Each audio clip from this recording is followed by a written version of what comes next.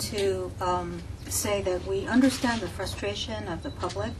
There's a lot of activity in the media about availability of vaccines. You should know that the vaccines are actually trickling into the states. It's not a flood of availability. At the present time, we are focusing on our priority groups, and we can review that again, but it's posted up online. Basically, we're looking at pregnant women, children, and healthcare workers. We have the priority group of the students, particularly in mind, and as you know, we are planning to run H1N1 vaccination clinics in the school system. If parents would like to have their children participate in this, they need to submit their consent forms by October 30th, that's this week. And if they don't have a consent form, they should check with their school to see if they can get one. We are seeing widespread outbreaks across the nation, particularly in children. It's important for people to get their seasonal vaccines now, and of course to exercise the standard precautions that we keep reiterating. Stay home if you are ill, wash your hands, cover your cough.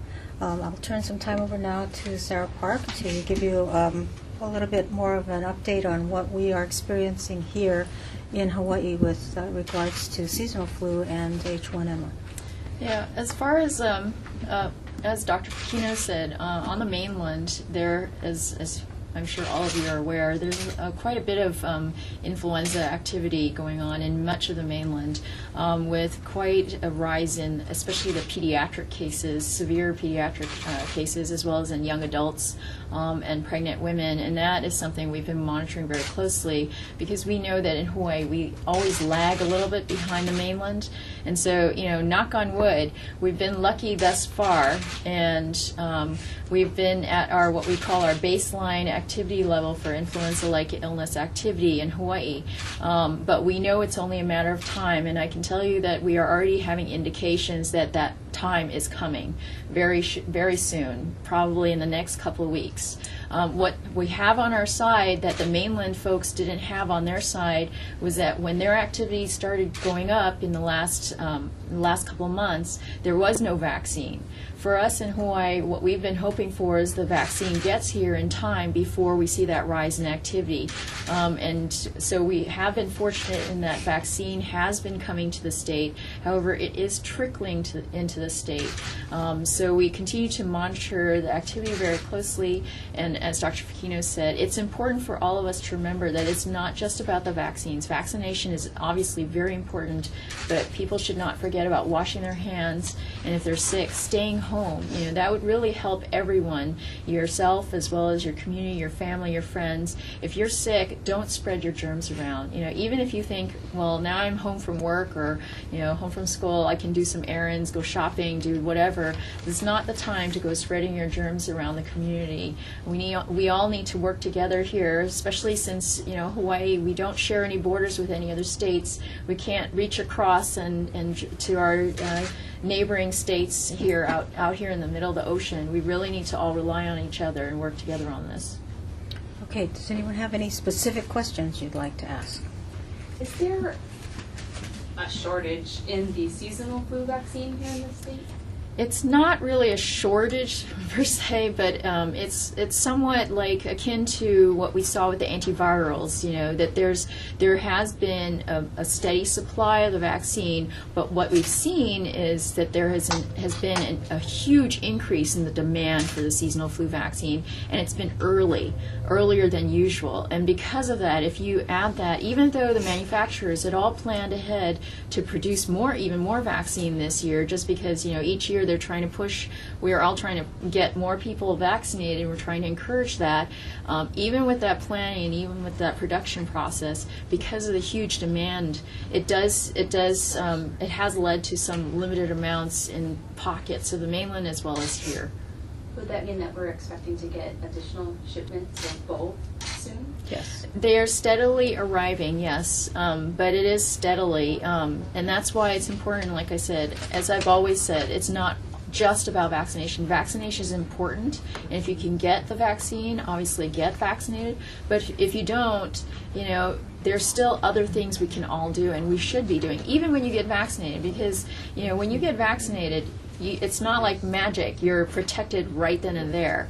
You still have about 10 to maybe 14 days before your body has mounted enough of a immune response to be protected against the disease you're being vaccinated against. So still important, wash your hands, keep your distance from sick people, and sick people keep your distance from everyone else. So, how many flu vaccines do you anticipate getting? which one? H1N1. And I guess the regular seasonal flu. The regular seasonal flu for the state, I can't comment on what's been arriving for the private supply because obviously we don't keep tabs on that. For the schools, I can tell you we've been, every year we estimate for at least a 50% uptake among the schools, the 5 to 13-year-olds. And this year I can tell you that we're very glad we overestimate because the demand is that high among the schools, both among the kids as well as the school faculty and staff. So you figure there's about 153,000 kids, so that'll give you about an estimate about how much vaccine we're trying to bank in terms of seasonal flu vaccine for the kids and their school faculty and staff. As far as H1N1 vaccine, we're not certain exactly how much vaccine we'll get at the end because obviously it's up to the manufacturers. CDC is letting us know the projections, allocations that we get as a state. And just to remind everyone, Hawaii represents 0.42% of the U.S. population. That is our share. Every week or every day that they release numbers, that's what they calculate and give us. So do you have any guesstimates or of a number that you might get? Yeah, no. Unfortunately, it seems, CDC has projected various numbers based on what the manufacturers has related to CDC, and obviously it's changed in the course of the time. So I don't want to guess at that because it would be a guess, and I think for CDC it would be a bit of a guess as well. Well, can you tell us how many we've gotten so far? That also, honestly, is a bit difficult for us because what McKesson, and that's the distributor that CDC is using for the vaccine, what McKesson is reporting out in their weekly reports on what ships to different states is not entirely accurate. It may mean that the shipping process has started, but we know, all of us know on a regular basis that shipping to Hawaii takes time anyways. Well, it's even though you may be hearing on mainland news that states on the mainland are getting their their orders filled within a day or two of getting their, putting in their orders. For Hawaii, it's been more on the average of a week. And that's what we're finding with our providers. When we check with our providers for whom we've ordered doses, sometimes they'll get them within 3 days, sometimes they'll get them in 5 days, sometimes within 7 days. So those numbers sometimes that McKesson reports aren't entirely accurate. We'll eventually get the numbers, I can tell you as of yesterday there were 74,000 doses allocated to the state. As of today it's increased, I'm not sure how much. I forget, about 30,000 more have been allocated, which means we can order that much. But as far as, is it all here? No. It'll take time. Probably in the next 2 weeks we'll see that amount here. But if you think about, we have a 1.2 million population. There's quite a number in that population that fulfill that criteria for vulnerable population, people with chronic illness, kids, pregnant women, and such. It's quite a number of people. We're trying to distribute the vaccine as evenly as possible. So, it's going to be difficult, and we share that frustration, as Dr. Fakino said. Remember that we're anticipating that there will be sufficient vaccine for everyone who wants to receive a vaccine over time. Mm-hmm. Okay, so right now what we're doing is prioritizing the vaccine that we do receive, but over time there should be sufficient vaccine for everyone who wants to have an H1N1 vaccination. Should people also, and especially young kids, get both the H1N1 vaccine and the Yes. seasonal flu vaccine? Yes. And if so, can they do it on the same day, or should they wait? I mean, Good question. Definitely yes, to answer your first question, everyone should get both the seasonal vaccine and the H1N1 vaccine if they can get it.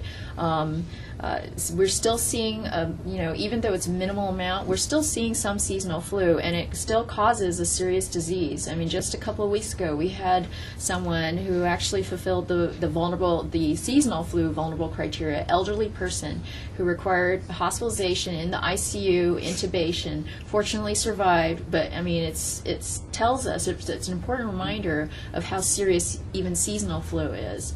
But so seasonal flu vaccine, H1N1 vaccine, you can get both on the same day if they're both the shots, or if one is a shot and one is a nasal mist, or you can get them on different days with any interval between. The only forms that you need to, the only time you have to worry about, is there enough space between and not getting it on the same day is if they're both the nasal spray. If you get both in the form of a nasal spray, they must be separated by at least 4 weeks. And for those parents who are now thinking about, I'm enrolling my child in the programs in the schools, don't worry. We've worked with all the schools to make sure we schedule the seasonal flu vaccine clinic on one day, and then 4 weeks later in that school, at least, there's the H1N1 clinic. So if the parents decided for their kids to get them the nasal mist of both, there's already that interval built in.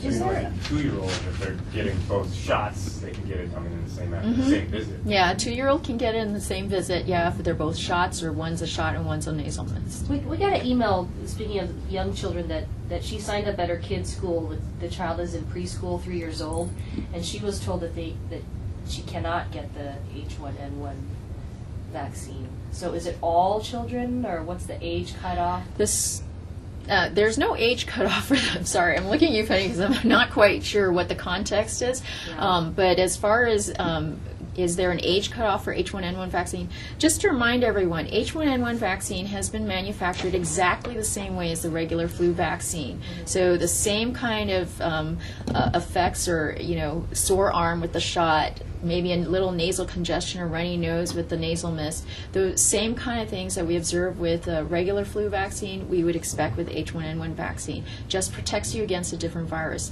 That also applies then to age, the age limits, which means anyone from 6 months and up is eligible for vaccination. It's just that right now there are priority groups, but preschool is a priority group. As you know, 6 months so to what's 24 the age? years. 6 months to 24 years is a priority. is a priority group. It may be that the preschool is not scheduled to give the H1N1. Right, I wanted to vaccine. address one at a time. Yeah. So I'm not sure what the context is, but it could be, that the preschool is not we haven't engaged I guess preschools in our... According to the email, she said that she signed up, but all the kindergartners are getting it, but her preschool kid can't get it. The program is for age 5 to 13-year-olds, K through 8. So it may be that The in Free their State school, ones. right, it may be that their school is, there's maybe a separate preschool. Okay. I'd need So to she know might more have to about go the to a context. private, Right. okay, yeah. Are you The saying- statewide program is for kindergarten.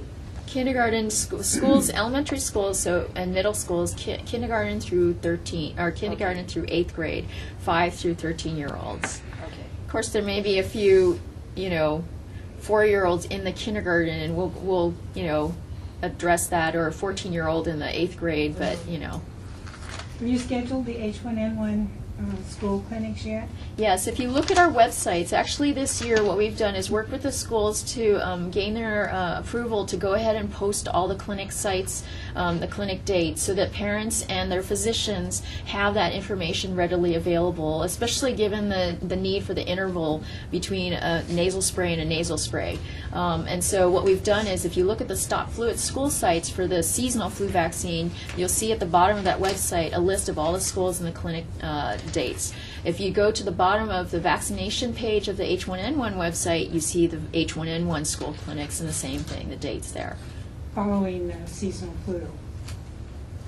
Yes. H1N1 Right. clinics Yes. are following the Right. seasonal So flu the clinic. seasonal flu vaccination clinics started mid-October, as I'm sure a lot of you are aware. They will continue. The bulk of them are going to be done by mid-November. Some of them may trail on a little bit into December, but basically then we see a transition where middle of November, and we'll let all of you guys know, but middle of November until probably mid-January, we'll continue to we'll do the H1N1 vaccination clinics, and the operations will run exactly the same way. The only difference is that unfortunately, we don't have the luxury of time with the consent forms, as Dr. Fukino said, just to ask parents, please, please, please, if you are interested in getting your child vaccinated against H1N1, it's imperative you send it in by this Friday. Unfortunately, we don't have the luxury to say, it's late by a day or two, it's okay, really, because basically what we're going to do is when we collect back all those consent forms, that allows us for the state to be able to know, okay, how many doses now can we now release to every other provider? Because right now what we're having to do to strategize to ensure that all our kids are covered in the schools is to bank vaccines, not release those vaccines to the other priority groups, the other providers. Because you can imagine if we don't have enough vaccine when we start those clinics, it's a big problem. So we're having to bank vaccines. So once we get those consent forms, we count them up, we can start releasing more, right? And so that means if consent forms come after the fact, we don't have the doses to give because we've released it out to other providers. Everything depends upon each other, and that's why I said, just stress, everyone needs to work together on this. How have the consent forms been coming in? I mean, have you had good response? As far as we know, but I don't, right now we're not keeping tabs closely on that. We only go in and collect the consent forms at the end. So we only know anecdotally from the schools how things are going. Do you have any idea how, compared to the seasonal flu vaccine, how many? No. I can't, it would be pure speculation. I don't like to do that, so. Can you speak at all, though, to, obviously nationally there's a lot of discussion about the concerns over the vaccine itself. Can you speak to that, what parents should keep in mind? You mean as far as the safety issues? The safety of the vaccine. As I mentioned before, this vaccine has been produced exactly the same way as the regular flu vaccine. So safety index is the same. So it is as safe as every other childhood vaccine that is out there. I know there's issues, parents are concerned, I know about thimerosal, which is a preservative. There is no scientific evidence of any association between that and any adverse effect. And it is not a contraindication for a child, a pregnant woman, or anyone else to get vaccinated if there is a preservative in that. You get more mercury by eating ahi, So, and we're talking about one small dose, so. So a pregnant woman could take a vaccine with the preservative in it? Yeah, in fact, we've been getting calls from pregnant women, from providers, or people who've been concerned because they've heard providers are not providing vaccine that is available right now to pregnant women. And I would advise pregnant women, obviously get informed. There's a great website for the National Network of I think it's National Network for Immunization Information, and I believe the website is immunizationinformation.org, I think. It's if you Google NNII, but it's a great resource if people have more questions about thimerosal, about vaccines and things like that. But pregnant moms, kids should not feel reluctant to get vaccine right now, even if it has thimerosal. Given the fact that we're hearing so much about pregnant women dying or having severe disease, children requiring,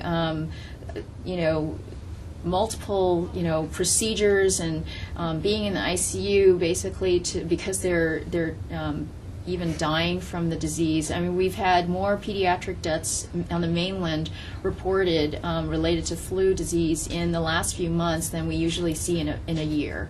That's how serious it is. So when you weigh the risks and benefits, and we've known for years that this is a safe vaccine, why take that risk? Is there a difference between the number of stores getting the H1N1 vaccine versus doctors' offices? will one get more than the other? No, initially I think what happened pretty much was that there were physicians' offices and other providers who basically only ordered a specific type of vaccine. The manufacturers are producing various types and presentations of the vaccine, multi-dose, pre-filled syringe, whatnot, thimerosal, trace, thimerosal free. So physicians put in their preference, and unfortunately, that because they put in certain preferences, we were trying to honor those preferences, and whereas other providers were not so discriminating, and so we were trying to basically spread the vaccine where we could get it. And we know that certain community vaccinators out there are more likely to cater to a lot more of the public and a lot more of the priority group.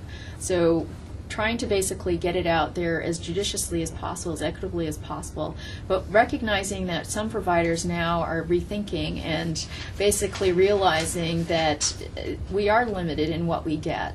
And so what we've offered to them is they can call us and let us know if they want to change their order and just say, just give us what you have.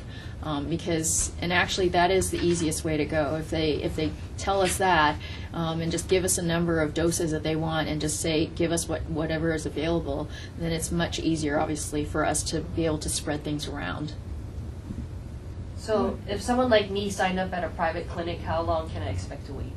It depends which private clinic. It depends, a lot of things. I see you're pregnant, so hopefully not too long. There are definitely some clinics. I know, for instance, on Oahu, a lot of the OBs have banded together in the university clinic for the OB patients to try and give them one place to all go to get vaccinated. But there are a lot of the community vaccinators you mentioned, like the pharmacies. They can also vaccinate pregnant women. Is there more seasonal flu in the community right now, or H1N1? It's, you mean the Activity. disease, sorry. in the There's community. definitely more H1N1, even with our low activity level, there's definitely more H1N1, and it's not surprising, it's the dominant virus. If you think about it, we're all vulnerable to it. We've never seen it in general before, whereas seasonal flu virus strains, we may have seen some part of it before, and so when you have a dominant virus, that's what you see. And that's Is the what we're death seeing. rate still the same, 11 people? Knock on wood, as far as we know right now, but we know that as we see increasing cases, the likelihood of seeing more complications from the flu, whether it be seasonal or H1N1, will also rise, just like what they're seeing on the mainland. Do you know the numbers that you said more H1N1 in the community? Do you know the numbers right now? We don't know the actual numbers because that would mean everyone would have to report to us, and we all know people out there aren't the best reporters, and people are hopefully adhering to our recommendation that if they have mild enough illness, they can stay home so they're not coming into the doctor. And remember, we're not testing everyone to begin with. We're prioritizing our testing for the severe cases. So it's hard to say exactly, but looking at our Sentinel providers, if you look at our Sentinel surveillance system report on a weekly basis, it gives you an idea. So we look at sort of the trend lines. And right now, the trend line has been sort of bumping around at that baseline level, but I can tell you it looks like it's going to start to rise very shortly. Why are you saying that? What's indicating that? Well, we know just based on the current reports, in fact, that I'm reviewing right now with my flu surveillance coordinator, that it looks like that there may be a rise. But again, as you all know, when you've asked me in past about, what's the flu season doing, it's too early to tell. It looks like there may be a rise, but it could be a false thing. It could just come back down again, and it just may be just doing this bumping along thing. But I don't know. But given what I know about our previous flu seasons, how we tend to lag, how the mainland is having such high activity now, how we end up getting a lot of travelers coming from the mainland, we know it's a matter of time. Okay. Thanks. Thank you very much.